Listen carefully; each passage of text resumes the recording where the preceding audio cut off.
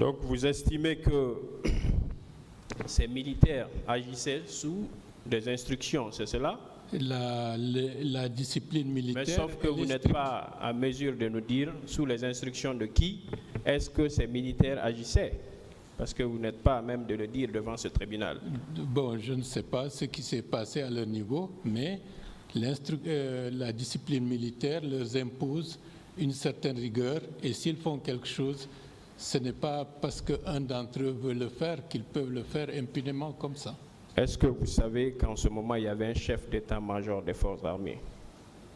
Il y avait un haut commandant de la gendarmerie. C'est vrai. Il y avait également un ministre de la Défense. Donc, c'est pas à moi de me dire qui a donné des instructions. Non, je vous demande, est-ce que vous savez que toutes ces institutions existaient et que notre armée était hiérarchisée de la sorte? C'est tout à fait logique. Logique, n'est-ce pas? Alors, pourquoi, puisque ce sont des hommes armés, des militaires de surcroît, qui ont agi comme ça contre des citoyens dans l'enceinte du stade, pourquoi ce n'est pas la hiérarchie militaire qui est visée, mais plutôt le président de la République et d'autres membres de son gouvernement? À mon avis, personne n'est visé. L'objet du tribunal, c'est de rechercher la responsabilité, mais en dehors de tout cela, au prime abord, dans les circonstances tragiques du moment, il y a, lorsque le pays est en danger,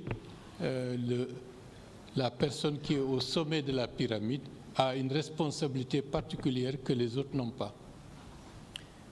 Donc, le fait de se retrouver à cette, si vous voulez, position, vous rend responsable de facto de tout ce que les autres ont commis, quoi. C'est une question de responsabilité et même... Vous voulez parler de quel type de responsabilité? Une responsabilité pénale ou une responsabilité morale? Une fois encore.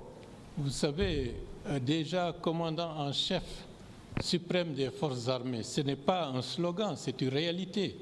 Et en plus, la tragédie qui s'est opérée, même dans d'autres circonstances, même un accident grave qui peut amener des autorités à se sentir responsables et à ce qu'on leur demande des comptes alors que ça peut être un simple accident.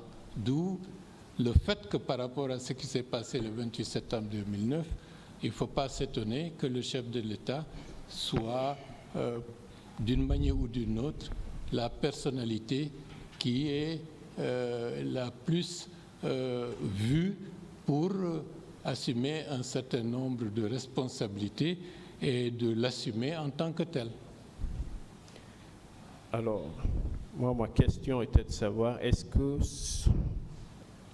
à votre avis, cette responsabilité, elle est pénale ou bien elle est simplement morale? Au-delà de la responsabilité morale, c'est une responsabilité politique. Politique. Alors, sauf que nous sommes devant un tribunal criminel et que les faits qui sont déférés devant ce tribunal sont des faits très graves. Et pour ce faire, lorsque vous constituez partie civile, vous devez être à même de rapporter la preuve. Alors, dans vos narrations, vous avez également déclaré que l'objectif n'était pas d'accéder à l'intérieur du stade. Vous aviez juste voulu tenir un meeting sur l'esplanade. Vous confirmez cela? Oui, oui, je confirme. Alors, une fois dans le stade, comment vous aviez fait pour prononcer ces discours? C'était à l'aide de quoi? Bon, il n'y avait pratiquement pas grand-chose, puisque ce n'était pas prévu. Ce n'était pas prévu d'être à l'intérieur. Et ça s'est avéré, puisqu'il n'y avait même pas de mégaphone pour parler à l'intérieur de ce stade qui peut contenir dans les plus de 25 000 à 30 000 personnes. Donc c'était une certaine absurdité, ça n'avait aucun objectif d'être à l'intérieur du stade. Alors, vous étiez président de la commission d'organisation, c'est cela? Bien entendu. Alors, lorsque les gens ont franchi le portail du stade et qu'on vous a appelé pour se retrouver à l'intérieur, pourquoi vous n'aviez pas tout de suite renoncé à la manifestation? Parce que votre objectif, ce n'était pas de manifester, mais c'était de tenir un meeting sur l'esplanade. Pourquoi vous êtes allé à l'intérieur? Pourquoi vous n'êtes pas ressorti tout de suite? Pour moi ou en tant que responsable?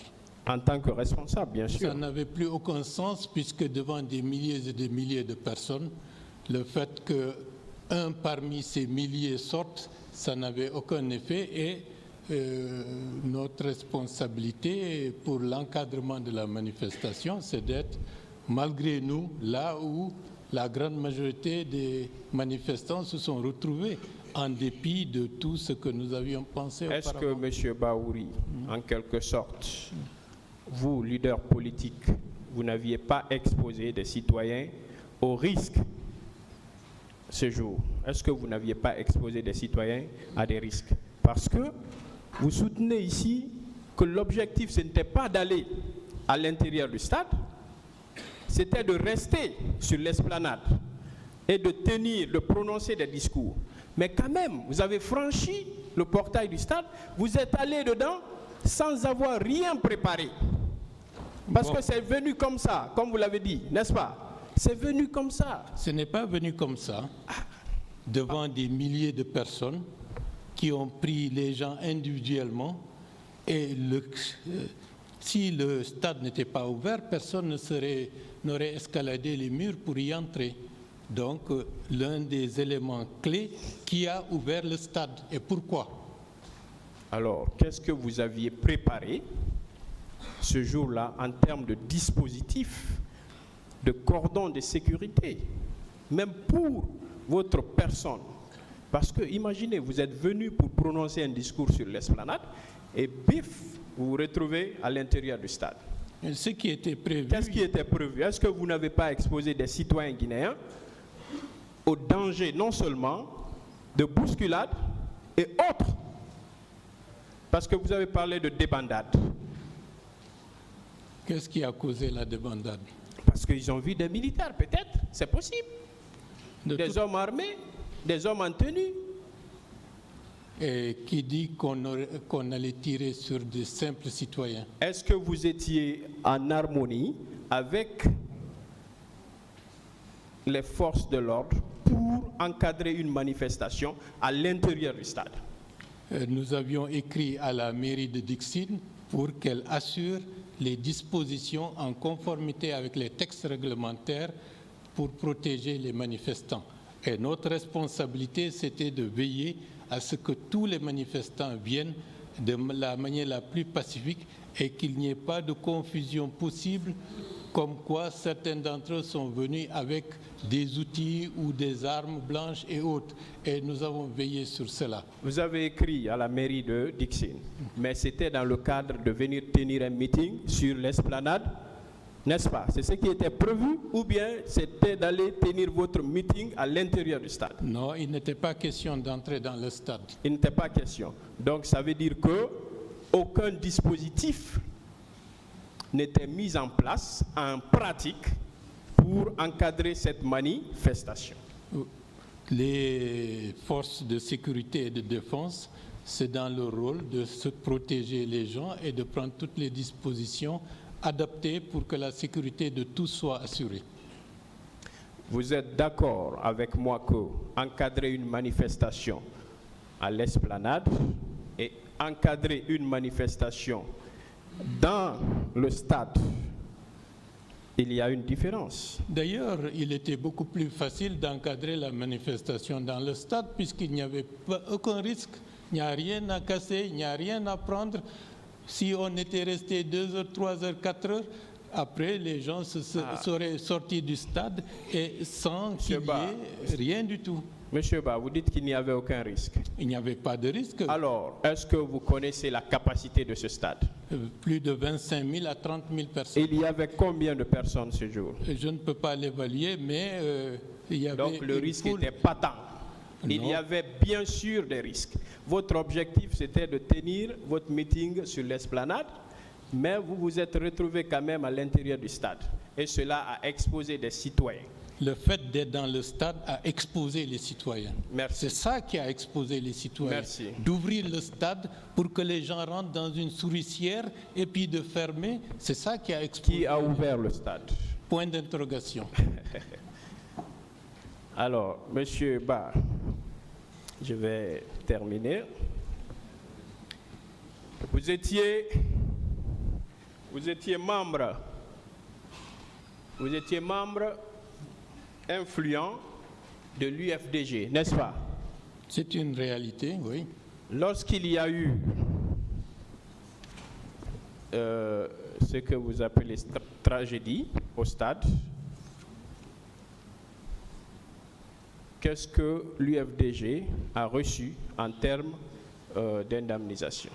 Là, personnellement, en tant que président de la commission d'organisation des forces vives, de près ou de loin, je n'ai jamais été informé d'une quelconque indemnisation avant que cela ne se fasse. C'est plus tard qu'on a appris que certains leaders ont reçu des indemnisations sans qu'il y ait un acte officiel pour indiquer que pour le compte de tout ce qui s'est passé, voilà un montant pour aider les victimes, les blessés et autres. Là, donc, pour terminer, Monsieur Baouri, est-ce que vous pouvez confirmer devant ce tribunal que vous êtes entré par effraction dans le stade du 28 septembre à la date du 28 septembre 2009? Pas par infraction, j'ai été, comme beaucoup d'autres, entraîné par une foule dans le stade. Oui, par effraction, je veux dire. Parce que vous n'aviez aucune habilitation, aucune autorisation de l'administration du stade du 28 septembre ce jour. Vous êtes d'accord? Vous confirmez cela? Donc, pourquoi l'administration du stade a ouvert le stade? Mais le stade, il est ouvert tout le temps. Il n'est pas ouvert, c'était fermé le matin. Il est tout le temps ouvert, Monsieur Ba. C'était fermé le matin. Une autre question, ne discutez pas la réponse. Merci, Monsieur le Président. Monsieur Ba,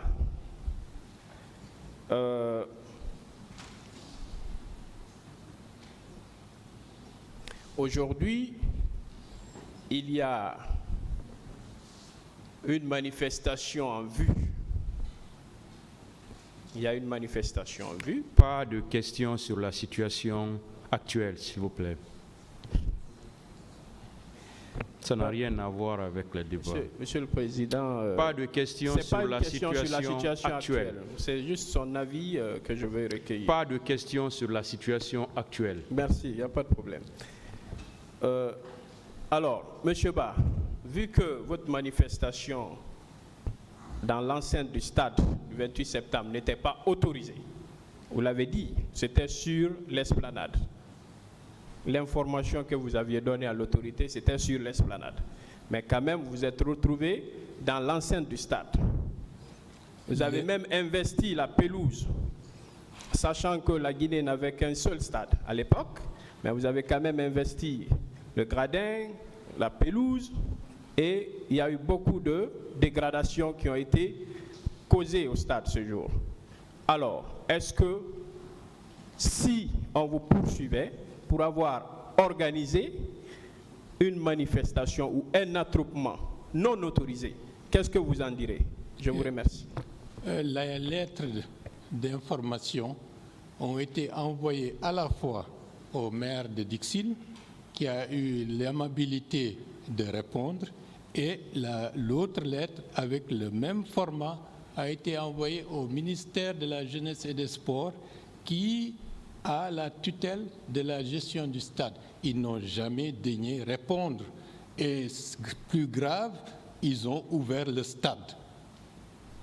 Donc, ils ont mis en danger la population. Donc, vous estimez que l'administration du stade a une part de responsabilité dans ce qui s'est passé.